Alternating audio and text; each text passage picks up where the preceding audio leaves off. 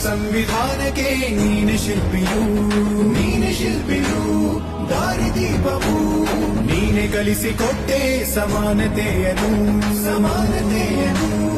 ಏಕತೆಯನ್ನು ರಾಷ್ಟ್ರ ಸಂವಿಧಾನಕ್ಕೆ ನೀನೆ ಶಿಲ್ಪಿಯು ನೀನೆ ಕಲಿಸಿಕೊಟ್ಟೆ ಸಮಾನತೆಯನ್ನು ನಿನ್ನ ಲೇಖನಿಯ ಬರಹ ದೇಶ ಗರ್ಜನೆ ಒಂದು ಮಾತುಗೂಡ ಭೀಮ ಗರ್ಜನೆ ನಾಯಕ ನೀನು ಭೀಮರ